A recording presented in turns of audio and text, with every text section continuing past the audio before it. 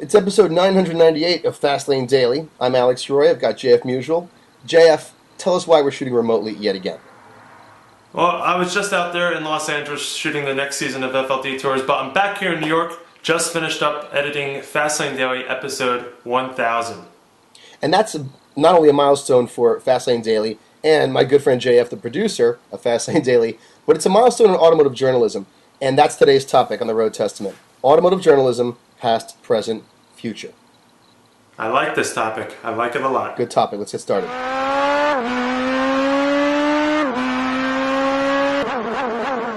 Before we get started, I just want to make a comment about why I look like the guy at the top of the Jalopnik homepage with the mirrored glasses.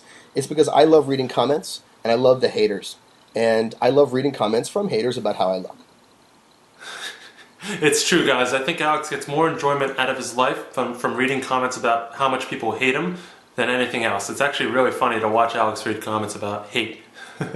And speaking of haters, let's talk about the original, car journalist who got a lot of flack, and that's Brock Yates. And Brock Yates is famous not only for the Cannonball Run, but for being one of the main people at Car and Driver back in the day. He was editor in the 60s, and then through the 70s became very well known for writing very political articles about freedom of driving and gas prices and the 55-mile-per-hour speed limit.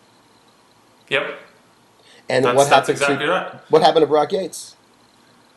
What do you mean what happened to Brock Yates? Well, He's still around. He didn't die. He had some kind of political schism with David E. Davis, who was editor of Car and Driver for a long time in the 70s. David E. Davis left to start Automobile magazine. That's right. And then, of course, you have Road and Track, which was kind of at least in my opinion, the drier of the big three American car magazines.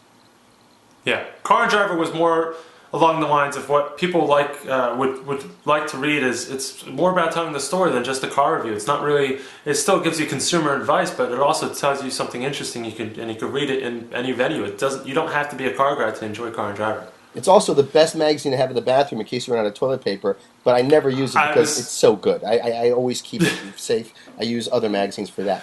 Let's move on into the current age of automotive journalism. With the internet came a whole new wide range of car news. And like a lot of sectors of media, the big car magazines were not the first to move online. And as far as I'm concerned, Jalopnik defined, under Mike Spinelli, his original founder, defined the first big, online car blog. And I still read it to this day, every single day, under Ray Wirt. Yep, we actually, and Spinelli's back there. Actually, Spinelli used to write for Fastlane Daily. Before I wrote Fastlane Daily scripts, it was Mike Spinelli writing Fastlane Daily scripts. So that's another interesting aspect. It's a very small industry. A lot of people don't realize this, but all the automotive journalists and anyone involved in the automotive press or PR side, everyone kind of knows each other. It's not that big. Yeah, think about how small it is. The big two, Jalopnik on one side, and then you have over here John Neff and Damon Labyrinth with Autoblog. But then, what else do you read besides Autoblog and Jalopnik? Myself, I read a lot of stuff. I have to because I write the show every morning. Jalopnik, Autoblog, Motor Authority, World Car Fans is one of my favorites. Then you've got Speed Sport Life and a bunch of other stuff. Auto Express for the European news. It's Autosport for the motorsports news. It's a lot. I have to read it all. But my favorite would have to be either Jalopnik or World Car Fans, strictly just for the press releases and news. Let's not forget one of my favorites, which is Truth About Cars, which started with Robert Farrago. And, small world. Over here you have Mike Spinelli with our friend Brian Scotto, went off to start 0 to 60 magazine, which was kind of an American version of Evo. Then you've got Johnny Lieberman, one of my favorite writers, who was at Jalopnik, who then went over to Truth About Cars. And of course, then you have Davey Johnson, who had left Jalopnik to go to Motive Mag, where Eddie Alterman was writing online. Eddie Alterman was at Automobile magazine. Eddie Alterman is now the editor-in-chief of Car and Driver. Yeah. Pretty incredible, right? I think it's really important to talk about Eddie Alterman for a second, because this was one of the few big steps forward for print journalism in trying to make it relevant in the age of blogs. And Eddie Alterman obviously has pulled Car and Driver into the modern world. But let's get back to Fastlane. Eddie was able to bring a Car and Driver online, not just the modern world. A Car and Driver has always been in tune with the modern automotive industry. It was just distribution. For Fastlane Daily, we're coming up on 1,000 episodes. We've hedged our bets on online video. I think that's where the future of online automotive journalism is going. Online video. That's the new medium.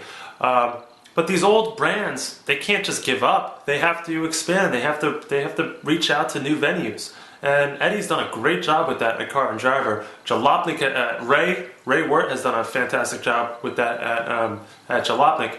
And it's incredible to see how this industry kind of expands and contracts and does what it needs to do to survive, and it's really interesting. Now, one thing to point out, there are certain websites I go to and certain magazines I read, but I really like to follow different writers. I think that's more key to anything else. We all have our favorite writers. Alex, who are yours? Well, what's interesting is that Top Gear, the show, is obviously everyone's favorite car show. I'm talking about the UK version. It should not be forgotten that Jeremy Clarkson was an automotive print journalist for a very long time. And although the show is, partially scripted, people think it's ad-libbed, it's partially scripted by the guys in the show, which is probably one of the reasons it's so good. And that's probably why we haven't seen a really good American car show, because they're always casting people who are, I guess, to formula, a comedian, a this, a that, an actor, rather than going to the source of people who actually know what they're talking about. Yep. Well, you got to keep that in mind. Hammond, May, and Clarkson have all been writers for many years. One of my favorite writers of all time is James May. I love his work. I love Chris Harris. Chris Harris is one of the writers I certainly follow all the time. And of course, the American side of that, Ezra Dyer. Ezra Dyer. I think Ezra Dyer is one of the best automotive writers out there. Well, I'd have to say Jack Baruth. I love reading Jack Baruth, like I used to love reading J.B. Johnson, because, these are car stories. These are car guys. Yeah. And Ezra Dyer is like that, too, and I love reading their stuff. Not many names stick in my mind. There's one more. There's Nick Hall, who's an Englishman, who is absolutely hilarious. Mm-hmm. And, we coming up, we're going to be running out of time soon, but I'm kind of... I'm still waiting for that great American car show. And I don't think it's something that copies a foreign formula. I think it's got to be something homegrown. And I'm still waiting for that show. Maybe this new show with Dan Neal and these other guys might happen. And of course, one of them is Matt Farah, who came out of Smoking Tire and Fastlane, and I think you had a big role to play in his career. Thank you. Let me say one last thing, because I'm the king of rambling. I think one of the successes of Top Gear, maybe the reason for its success, is that it's a show with adults in it. Certainly Clarkson and May are adults, and Hammond is younger, but he's an adult too. And you don't see a lot of adults, I guess, in TV show pilots in this country. And I'm guilty of being one of those same guys. But I will give a shout out to a friend of ours, and that is Leo Parente, who is on a Shakedown, which is your segment on Fridays. I want to see Leo Parente on TV. I think he would be great with any two other guys. And I've been working with Leo for a few years now. I edit Shakedown. It is a pleasure to work with Leo. Every time we get into the studio together, even though I read the script, I always learn something from Leo. And he is a source of knowledge that should not go unnoticed in the automotive industry. And I think, I hope, that in the years to come, we'll see Leo in a bigger picture. Leo's great. Leo's great.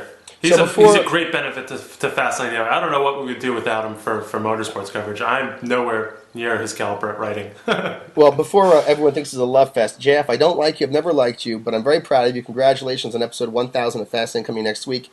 It's really cool from what I know about it. So, signing off on this end. Actually, you haven't seen it. Only a few people have seen it at this point. I literally just finished editing it. It's about 21 minutes long. Most of it takes place in Germany. Maybe we'll show you a teaser right now. It was a fantastic episode to shoot with Derek and Will and Ian. And